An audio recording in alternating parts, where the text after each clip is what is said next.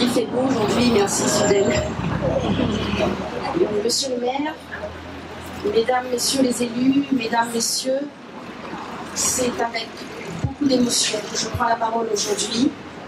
Je représente la collectivité régionale présidée par Didier Robert, qui s'excuse aujourd'hui de ne pas être présent parmi nous, pris sur d'autres obligations. Il me charge de vous adresser ces salutations fraternelles. Merci à vous en tout cas d'être parmi nous en ce jour symbolique du 10 mai qui commémore l'abolition de l'esclavage pour dévoiler et inaugurer la stèle à l'effigie de Sudel Fuma. Historien, membre de l'UNESCO, toujours fidèle à la vérité, curieux de l'histoire avec un grand H, pour mieux appréhender le quotidien, un bon vivant, un sportif, les yeux toujours brillants. Je ne sais quelle facette retenir de l'homme. Permettez-moi de sortir aujourd'hui des sentiers battus, d'être rebelle, d'être marronnaire, au discours préformaté, de bousculer le protocole pour m'adresser aujourd'hui, en premier lieu, à ce grand homme dont la mémoire résonne encore dans mon cœur, Sudel.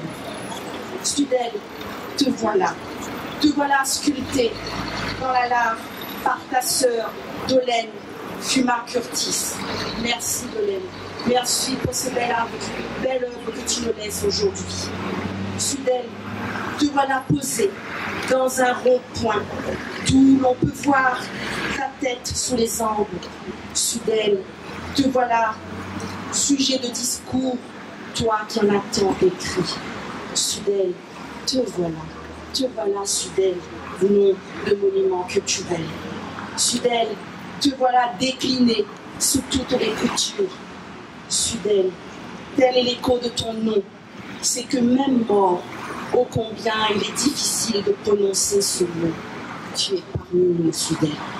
Toi, l'historien, tu deviens un homme de l'histoire, de la grande histoire de notre île.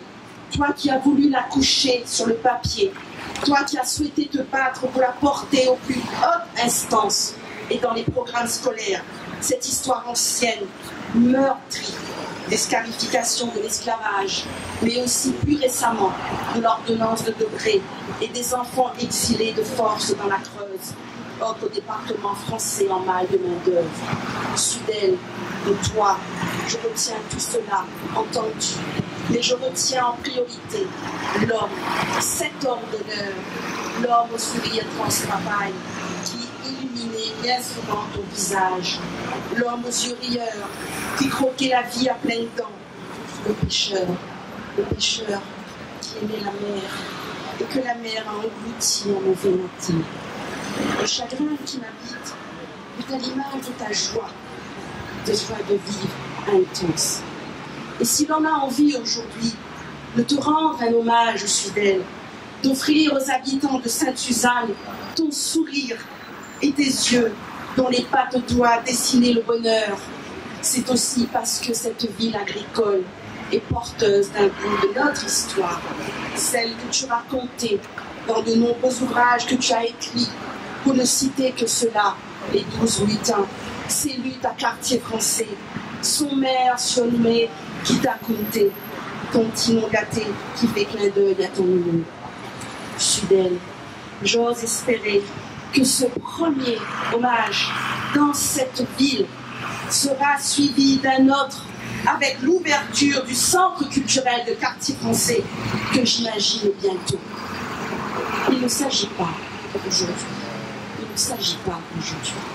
À travers cette stèle, de relayer des souffrances, des cendres, ni de retourner un mort à l'image de la symbolique malgache. Non, il s'agit pour nous aujourd'hui rayonner, d'aller vers et sur les pas d'un homme aimé, d'un grand homme aimé, qui s'est investi pour son pays. Et cette stèle-là ravive, anime, illumine ses souvenirs, sa présence parmi nous. Sudel, merci d'avoir été. Sudel, nous rappelle, avant la mer, il y appelle à haut, l'âme la ravase à haut. T'es écrit sur l'esclavage, longtemps on dépense, le bout la vie, elle t'y renonce.